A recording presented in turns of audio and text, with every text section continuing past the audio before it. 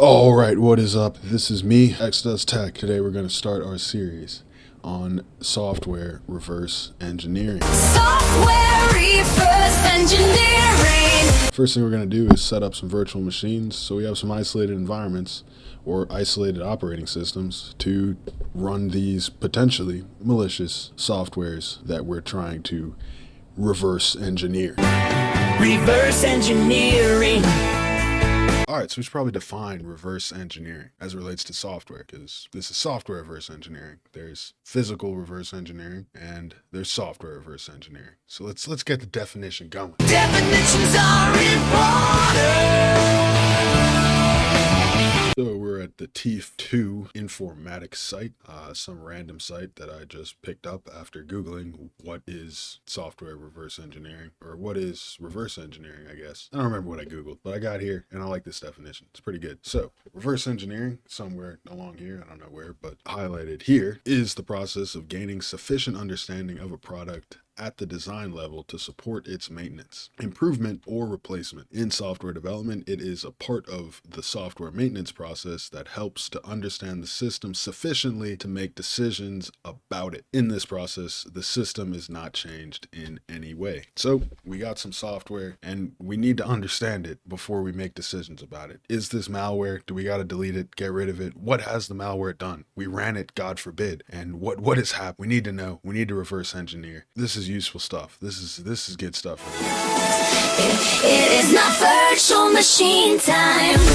So we've basically defined software reverse engineering. Obviously, we're going to go into deeper detail as to how to software reverse engineer, but now we know what is software reverse engineering, and that is some percentage of the battle. I don't know if it's half the battle because we already showed up. So it's got to be, it's less than half of the battle, but it's some portion. It might be 25%. It might be half of the battle, but we already did half of it, so I don't know. But what are virtual machines? Let's get that definition in. Then we're done with definitions for the day. We can start doing some installing. Probably won't get any coding, but that should be good for this first video. So virtual machines, what it is though.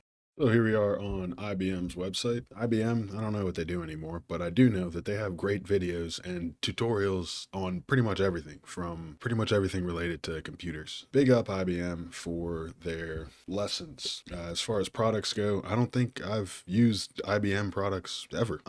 It does have a similar flavor to Intel, and Intel is poo-poo. So I would hope that IBM is not like Intel, and it doesn't look like they are. Anyway, back to the definition. Virtual machines, what it is though. All right, here we are, somewhere over here. I can't really point to it because I have to look, and I only got one monitor right now for reasons that I cannot explain. I keep trying to buy one, but I forget. So that's on me. I will have another monitor and a different desk in the future. Definition of a virtual machine. A virtual machine is a virtual representation or emulation of a physical computer. They are often referred to as a guest, while the physical machine they run on is referred to as a host. There is some slight difference between an emulator and a virtual machine, but for the purposes of this, let's just stick with this definition that IBM has graciously provided for us. Now, virtualization is what we're doing when we're using or creating multiple virtual machines, which is what we want to do ideally. Each with their own operating system, OS, and applications on a single physical machine. A VM cannot interact directly with a physical computer. Instead, it needs a lightweight software layer called a hypervisor to coordinate between it and the underlying physical hardware. The hypervisor allocates physical computing resources such as processors, memory, and storage to each VM. It keeps each VM separate from others so they don't interfere with each other. What does that mean? A lot of things. Hypervisor, virtualization, virtual machine. Those three words come up, and you're going to have to potentially enable the hypervisor or the Hyper-V if you're using Windows. That word will come up, and we have defined it. So, bang, done with definitions. Let's move on. Let's get VirtualBox going. What the hell is VirtualBox? I don't know if that's a definition, but let's take a look at VirtualBox by Oracle, which is what we'll be using now. All right, so here we are at the VirtualBox download page. This is a type 2, as you can see here, hypervisor that is using software virtualization. We want to use this because, number one, it's free.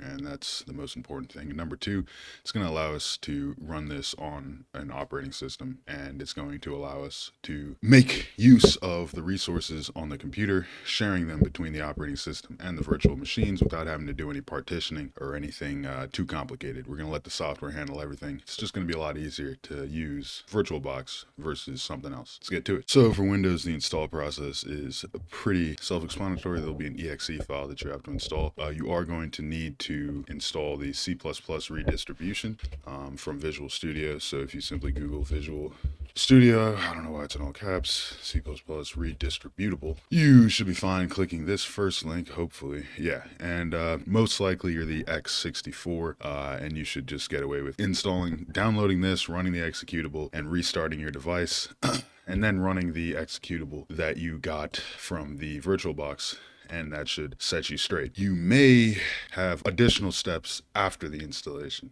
which is usually the case. Linux, there's going to be, or Ubuntu 22.04 at least, there may be some steps before the installation. So let's get the installation done, and then we'll start talking about the post modifications that may be required. For Linux, there's just a series of steps, and we're going to follow the steps for Debian-based Linux distribution, specifically Ubuntu 22.04 Jammy, which is what I am on. All right, so there's going to be some lighting issues and some various things that have happened, but you can either download the deb file and install it as an installing thing here, and a little bit, I don't know, easier or not. If you do it this way, then if something goes wrong, then it's a pain to deal with. Or you can do it this way, just add the source, verify the key. You don't have to do this. I mean, you can, you should, I guess. Verify the key, register, and sudo apt get install VirtualBox -6.1, but there is a newer version, so you can then sudo apt get install VirtualBox whatever version you feel comfortable installing. You can start with this and upgrade as you see fit. All right, so now we're back to Windows. Let's just enable Hyper-V. That's going to allow us to make use of some better resource allocation, make things run a little bit smoother. If you're on Windows and you don't have Hyper-V installed, or you don't feel like enabling it, VirtualBox will still work, but if you want to run multiple virtual machines, you will probably run into issues. And if you just run one virtual machine, it'll be slightly slower. It is slow overall, VirtualBox. So either way, you're not blazing speeds here. This isn't going to be a replacement for your operating system, but it is going to be a isolated container, and that's what we want. So you go into the control panel, as you just saw there, and you hit programs, then you add features, and you select the Hyper-V box, and then you let it do its thing, and you'll have to restart your computer. All right, so we got VirtualBox installed. Let's take a look at it. We can create a new virtual machine, or import an existing virtual machine. So if you want to follow along, you may have to create a new virtual machine. And now that I am saying this out loud, I realize that I might as well just do that. So we are going to create a new virtual machine, and we're going to do a Linux virtual machine with an ISO file from Linux. And since I'm on 22.04, let's get the newest version of Linux. So let's go to Ubuntu download here, and why is okay, so this is weddings, the font here, I don't know what's up with that. That's weird. Okay, so download Ubuntu 22.04.3. This is 23.10. Let's try that. So we'll go ahead and download that, and it's going to give us an ISO file. This will take it's 4 gigabytes, so it should take a minute or two. I will return when it is done. All right, so we have successfully downloaded the ISO file. Let's now create a new virtual machine. We'll go here to new, click that. We will call this Ubuntu 23.10.1. We won't add any characters, just to simplify things. The ISO image I put in a file here. It's already found it, so there we go. I guess we'll skip the unattended installation, and we will hit next here. The password VBox user, and we'll just keep it the same, VBox user and VBox user. All right, And that's all good. That's all good. We would definitely want guest additions here, and we will hit next. Guest additions should allow us to have the mouse features, the resizing window features. It should allow copying and pasting from the virtual machine to the host and back and forth, dragging and dropping. You definitely want that. So hopefully that does work. We'll hit next. We have 2 gigabytes of base memory, 1 processor. We will not enable EFI. We'll hit next. Disk size is 25 gigabytes. That's pretty good. We do want a virtual hard disk. We will hit next and just kind of quickly look at this. Everything looks pretty good. Hit finish, and now it is starting. Okay, so there we go. All right, mouse integration is turned on, so the mouse should be available inside here, and we'll just let that run. On Windows, you are going to need to go to the settings here. You're going to need to go to display, and you want to enable 3D acceleration. I think I'm going to do that for this as well. Looks like the mouse is in here, so we'll just let that load. The 3D acceleration is going to just allow this to actually be visual, which is a problem that you will see in Windows. So make sure you enable 3D acceleration, and you can only do that when the machine is not running. All right, so it's preparing. It's going to want us to go through this to install Ubuntu, because we are starting from an ISO file as if this was a brand new machine. So let's enable 3D acceleration and do this process all over again. I'll come back to this screen with 3D acceleration enabled. All right, so we're back with 3D acceleration enabled, and we can just go ahead and set this up.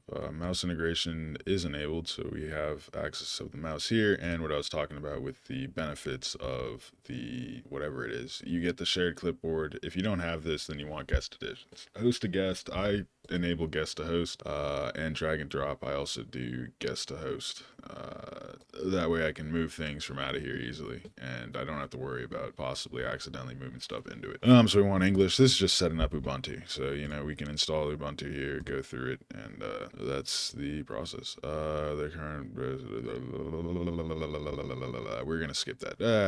Well, you know what? We're done. We have installed the VirtualBox. There is nothing that I can add by in doing the installation of Oracle. We should just look at the features that this VirtualBox will have for us. We can take a snapshot, which is just going to save the state of the computer, the state of the machine, which may be important if you are doing something that might be irreversible. So before you download malware on your virtual machine, you might want to take a snapshot before, or take a snapshot during the malware's functionality, in case you're editing things and want to make sure you can go back to that state with having to start the process all over again. You have file manager, logs, and all that nonsense. The view, there's just various views here. The input, you can change the inputs, and you can change what things mean.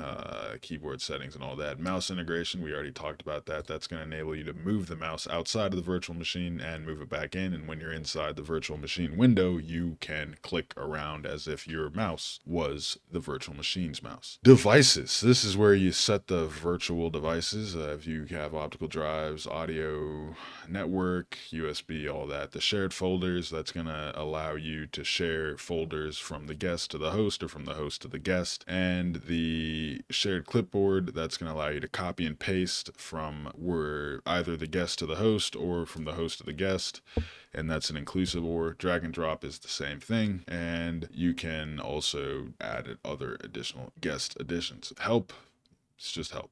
And that's basically it. In the settings in VirtualBox, you have various settings where you can set things that may be important, similar to the things here, except settings for the virtual machine itself, and require the virtual machine to not be running when you set. Other than that, there's not too much else that you need to know to use this Oracle VM VirtualBox. All right, so that's part 1 of the software reverse engineering series. We have successfully installed and used Oracle's VM VirtualBox. Next, we will be taking a look at installing applications in the VirtualBox, sharing files, and making sure that the system is actually isolated. Stay tuned for that. There should also be videos coming out on machine learning, more so with respect to non-deep learning for starters, and there should be some paper reviews and some other informational things related to deep learning and the current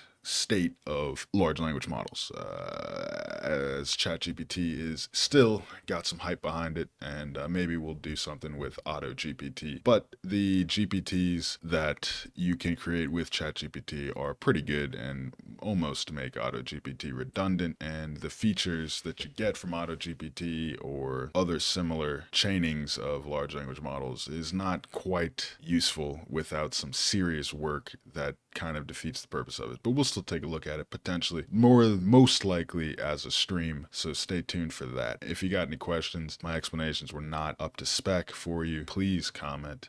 I will respond. Appreciate people watching, following, sharing the love. Don't cost nothing to show love, so do so when you can, and I'll try and do the same. Well, I will not try. I will do the same. So I appreciate y'all. Hope you have a fantastic Friday. Hope your days are better than mine. Thank you. Peace.